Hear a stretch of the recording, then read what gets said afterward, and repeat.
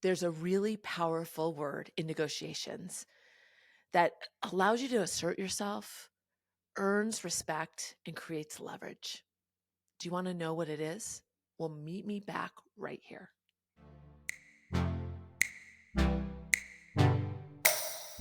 Well, welcome back. And I'm glad that you made the choice to be here because this is, I feel like I say this a lot, one of my favorite topics to talk about because we have this relationship with this word and we are careful with it. So the powerful word in negotiation is no. Ah, now think about this. What I want you to really dive into for yourself or be thoughtful around is what is your relationship with the word no? I mean no. What is that? And I'm going to talk about it from both sides of that coin.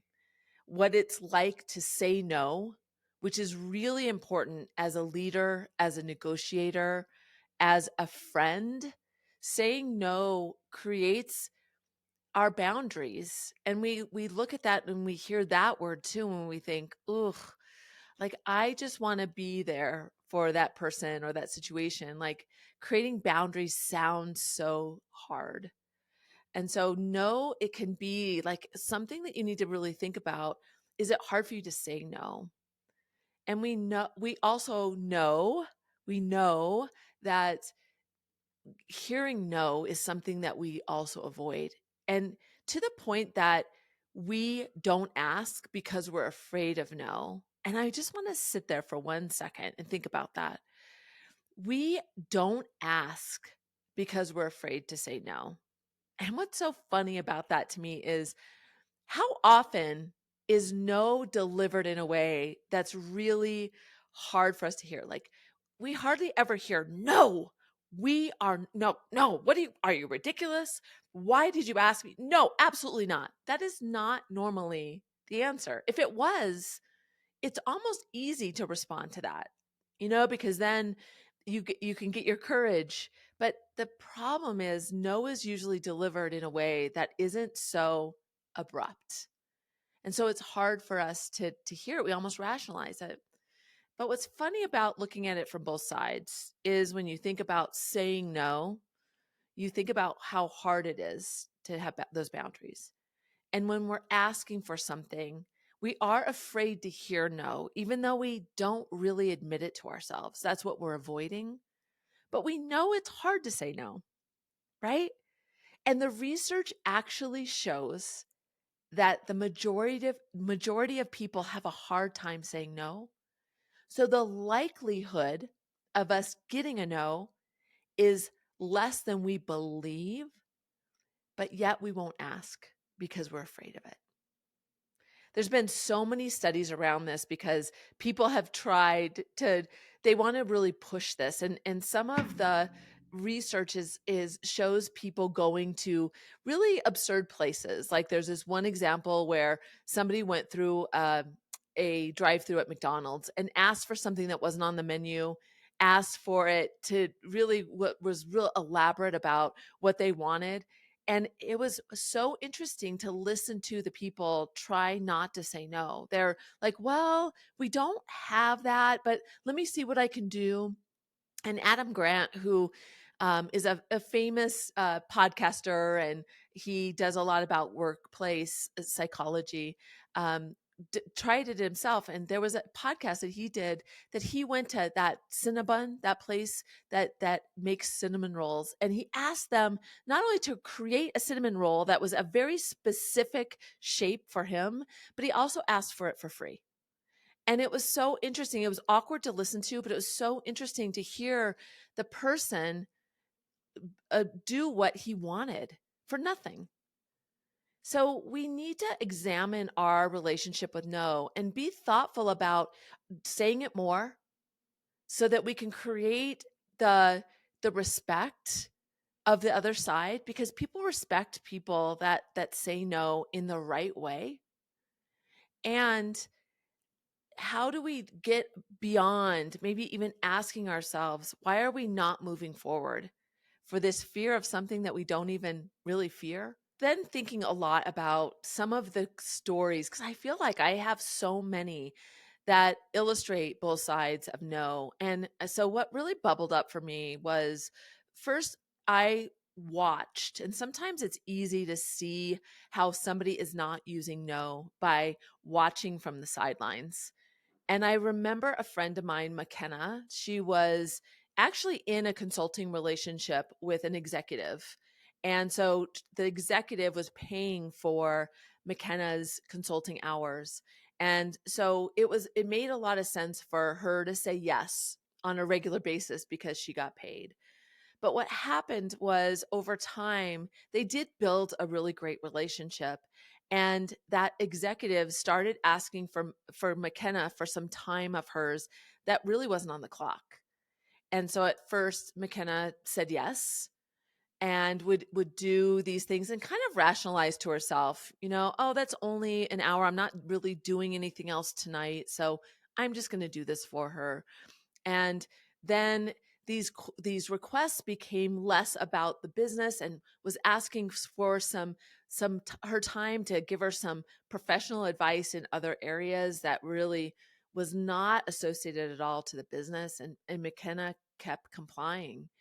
And over time, because she never set the boundaries, never said no, she got into this kind of like this landslide around not being able to get her footing back because she felt like she already had set this expectation and this woman really liked her, like she just didn't want to disappoint her. So she would be asked over the weekends to do things for her. I remember there was a Saturday that she was pinged by this executive and she woke up early on a Saturday and really did some things for her for the entire day, her day off. And so it was a really murky relationship. And when their consulting finished, this executive still asked McKenna for things. And it took McKenna to say no finally, only because she had the clarity that there was not a formal relationship anymore. And unfortunately, McKenna learned the hard way that it was all about being taken advantage of. And I don't think the woman intentionally did it. I think she really liked McKenna. She believed in some way on her side that McKenna really enjoyed doing all of this for her. So it's not like these people get up and they're like, how can I continue to take advantage of this person? When you don't say no, you're saying yes. And you're doing it in a way that the person doesn't understand anymore. Like they need to understand what the boundaries are. People are respectful of you when you say no, because it allows them to understand kind of where they play. And so having that creation of that boundary is actually a really nice way of creating that balance in a relationship. We think it's hard or we think that person will be mad, but it's actually really helpful and really um, healthy for that relationship to be thoughtful about saying no and those boundaries. So McKenna had to really learn the hard way to make sure that she created those boundaries moving forward.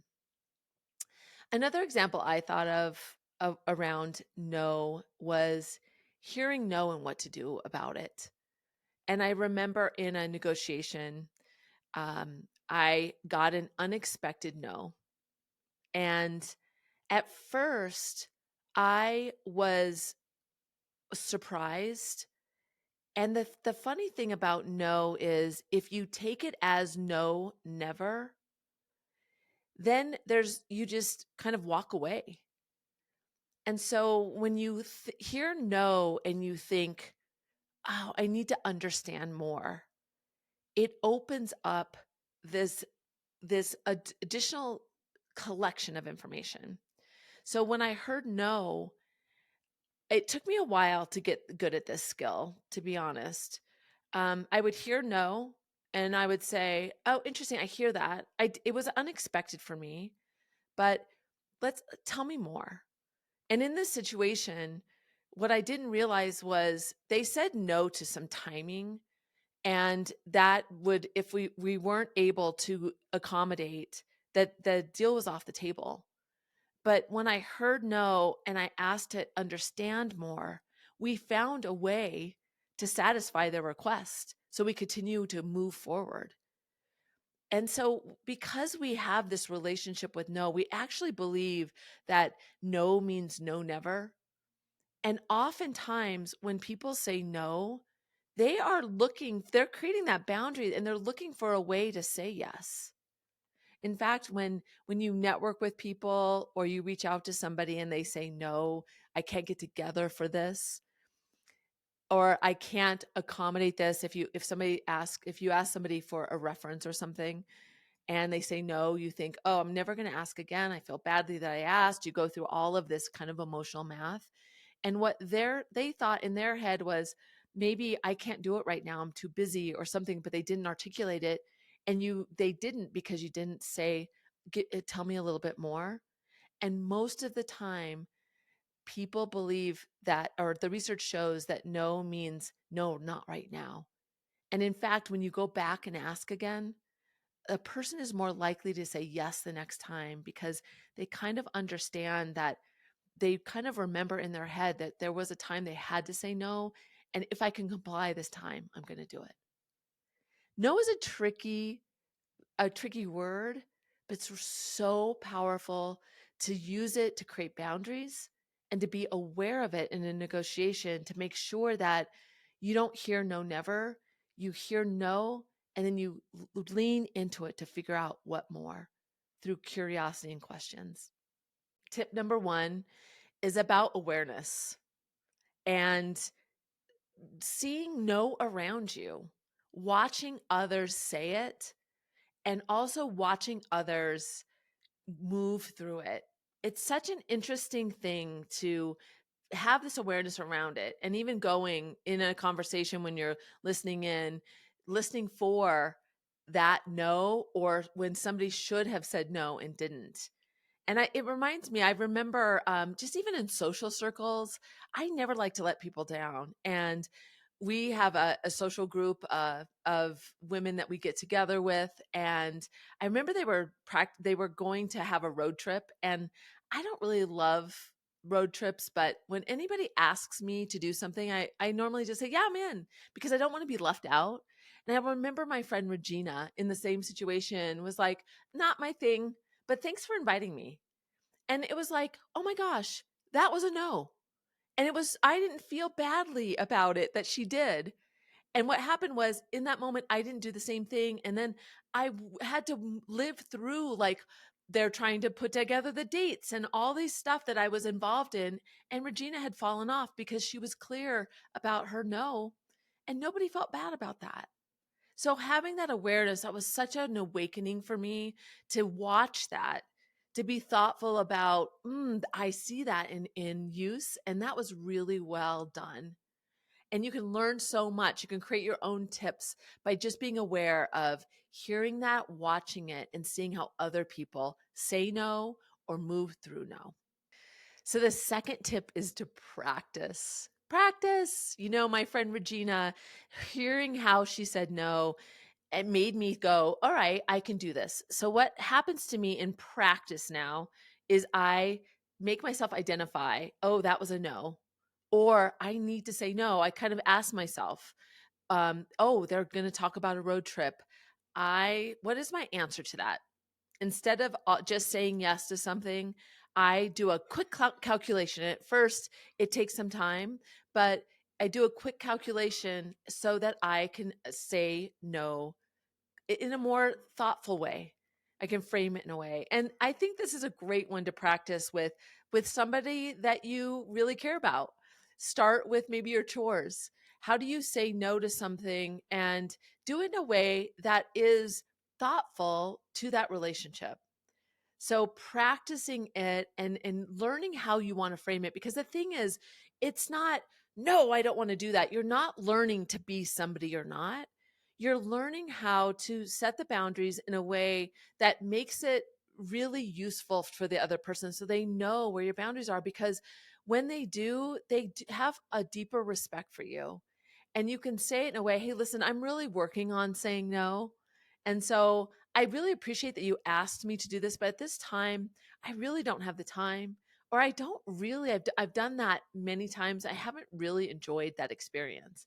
But if there's something else that we can do together in the future, if you really mean it, then do something that feels framed in a way that is really honoring you, but is still thoughtful about the other person. All right. So the third tip is really around receiving no.